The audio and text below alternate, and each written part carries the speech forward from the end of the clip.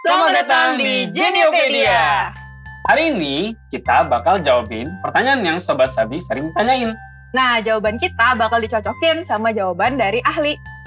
Halo semuanya, nama saya Yunika Kosati. Saya adalah seorang dokter umum yang saat ini bekerja di salah satu rumah sakit swasta di Tangerang.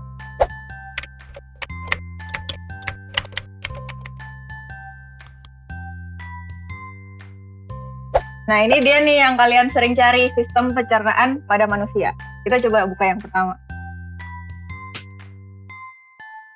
Proses bekerjanya sistem pencernaan. Prosesnya kita makan, terus turun, terus dia keluar. Kayak gitu. Lewatin apa? Lewatin organ-organ ini semua. Terus dia jadi pupi. Atau mulai dari harusnya di mulut itu udah mulai masuk sistem pencernaan karena ada enzim. Ya, contohnya kita makan ayam goreng. Nah, ayam gorengnya itu akan masuk lewat mulut kita. Ya, di mulut itu pun sudah dimulai sistem pencernaan itu sendiri. Ya, jadi di mulut nanti akan diproses ya dengan air ludah kita, ya dengan enzim yang ada di mulut. Ya, karena itu kan jadi halus. Cukup halus untuk bisa ditelan sampai ke saluran esofagus namanya. Ya, jadi nanti dia akan halus seperti bola ya bentuknya. Bulatan makanan itu ya akan masuk ke dalam lambung. Nah, di lambung itu ada sebuah zat penting yaitu disebut dengan asam lambung. Ya, kalian pasti kenal semua dengan asam lambung ini.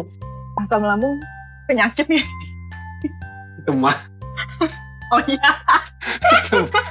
Asam lambung ini akan membantu menghancurkan makanan-makanan tersebut.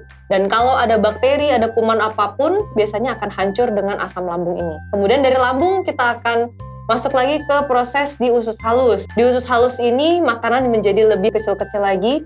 Nah, proses penyerapan nutrisi terbesar adalah di usus halus ini. Kemudian akan berlanjut ke usus besar. Nah, di usus besar ini akan diambil elektrolitnya sehingga nanti sisa makanan yang ada yang kita sebut dengan bahasa kedokterannya itu feses akan keluar lewat anus. Nah, itu adalah sisa makanan tersebut.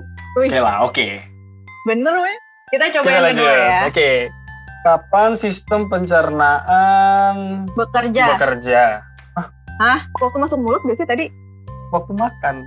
Pas lu mulai gigit. Iya. Pas lu mulai Kunyah. Gigit atau kunyah? Segitu ya. Gigit apa punya? Gigit kan awal-awal gigit dulu gak sih? Baru kunyah. Kalau gigit yang di depan gak sih? Kunyah di belakang. Iya gak? Santai banget. Kan gigit terus kunyah. Ya udah ya, berarti sebenarnya pas udah mulai kena gigi. Ludah dong. Ludah, iya benar. Paling maksimal itu di pagi sampai siang hari. Ya, makanya kita butuh porsi yang jauh lebih banyak ya di pagi dan siang hari ini. Oh, jadi dia digestnya kapan? Iya, kayaknya dia kerjanya kapan tuh ya. Sedangkan kita butuh porsi yang ya lebih kecil di malam hari. Dan baiknya dimakan 3 jam sebelum tidur sehingga makanan tersebut punya waktu untuk dicerna dan diserap nutrisinya. Ya, karena saat tidur itu adalah waktu yang baik untuk sel-sel tubuh itu akan diperbaiki dengan makanan-makanan yang kita makan selama seharian penuh. Tadi kan 3 jam pas makan dong. Usus kan 6-7 meter ya. Kayaknya aku kayak 10 deh. Soalnya aku jarang pup. Hah? Kayak pup bisa 3 hari sekali gitu. Sehari 3 kali. Berarti 2 meter. Gitu. Oke, lanjut ke yang ketiga. Kapan sistem pencernaan bayi sempurna? Emang bayi udah sempurna ininya? Semua bayi sempurna. 3 kayak adikku udah bisa makan. Udah bisa makan berat. 1 tahun kayaknya udah bisa deh. Di atas 7 bulan. Oh iya. Di atas 7 bulan. Sistem pencernaan bayi sempurna itu kurang lebih saat dia usia 6 bulan. Dikit lagi weh. Saat bayi itu lahir, sistem pencernaannya itu masih dalam perkembangan. Dia masih belum punya enzim yang lengkap seperti manusia dewasa. Butuh ASI dulu. Dia butuh bertahap. Usia 6 bulan itu hampir lengkap sebenarnya semuanya, sehingga dia mulai bisa menerima yang lebih padat. 6 bulan? 6 bulan? Tadi aku jawab 7 bulan. Gils. Ya. Proses pencernaan berapa jam? Oh, 3. 3 jam dia udah keluar.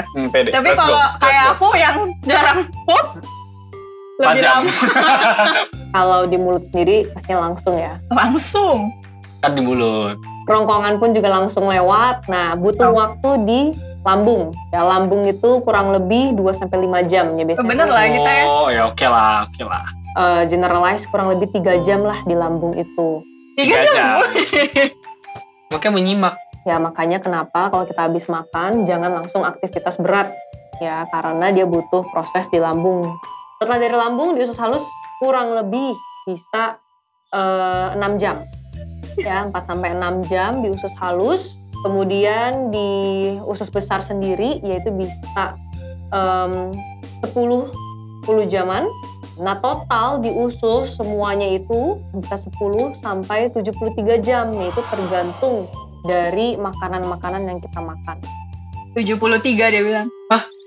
Berhari-hari. 3 hari. Kita jam 3 hari kan tadi. Kita tadi jam 3 hari. Kenapa 1 hari 3 kali? Berarti nggak berlaku dong ini. Gangguan pencernaan menyebabkan badan kurus. Gangguan pencernaan, cacing? Enggak. Ya kalau diare tiap hari. Iya. Iyalah. Apa yang keserap? Bisa. Gangguan pencernaan bisa menyebabkan badan jadi kurus, terutama penyakit-penyakit yang berhubungan dengan autoimun itu bisa menyebabkan badan menjadi lebih kurus. Contohnya adalah Crohn's disease yang termasuk dalam penyakit inflamasi pada pencernaan. Kemudian bisa juga ada autoimun namanya celiac disease. Penyakit-penyakit ini tuh menyerang tubuhnya sendiri ya. Jadi ada sel-sel yang diserang sehingga mereka tidak bisa menyerap nutrisi dengan baik, maka badannya itu menjadi kurus. Kalau seperti itu sebaiknya pergi ke dokter spesialis penyakit dalam yang khusus untuk autoimun ya, sehingga bisa dilihat jenis autoimunnya seperti apa. Berarti diare bukan? Ya kalau diare bikin gak nafsu makan deh.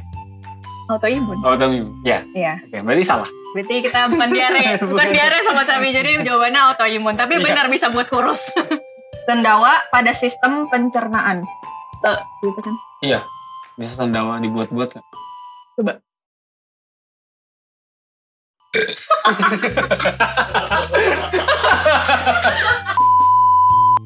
Cara penjelasan harusnya itu karena gas.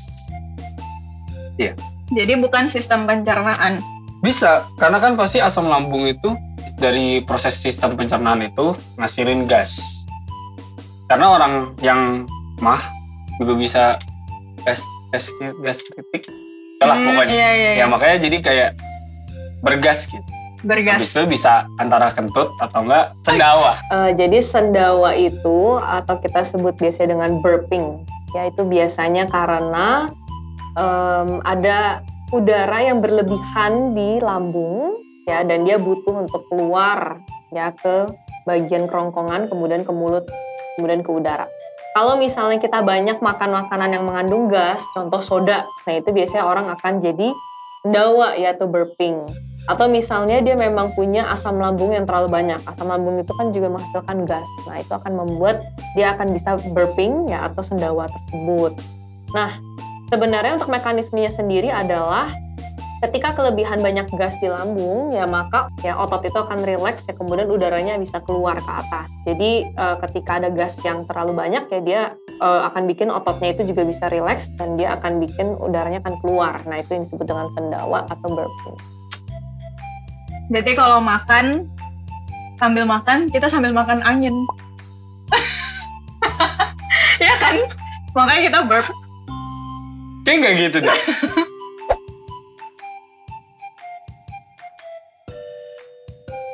Ya kalau aku sih baru tahu proses pencernaan tuh 3 hari. Kirain berapa jam aja udah keluar gitu loh. Biasa kan soalnya kayak dia tuh apa? Baru makan udah boker. Iya. Jadi kirain cepet, totonya itu makanan dari 3 hari yang lalu. Kalau aku kayaknya baru tahu bahwa bayi itu 6 bulan ya tadi? Iya 6 bulan. 6 bulan udah sempurna. Udah sempurna dari antibody. Pokoknya bayi itu udah 6 bulan pencernaannya udah sempurna pas 6 di bulan. 6 bulan. Ya, Lagi informasinya. Oke, jangan lupa like, Share, dan subscribe. Bye. Di tenggorokan kita ada bulu. Iya. Yang baik itu bernafas lewat hidung, Begitu. bukan mulut. Iya. Tapi mulut juga bisa sih. Mulut kan bisa menyaring juga tau. Kita aja kalau ngomong ke orang, kita harus nyaring ucapan kita. setiap saat kayaknya ya.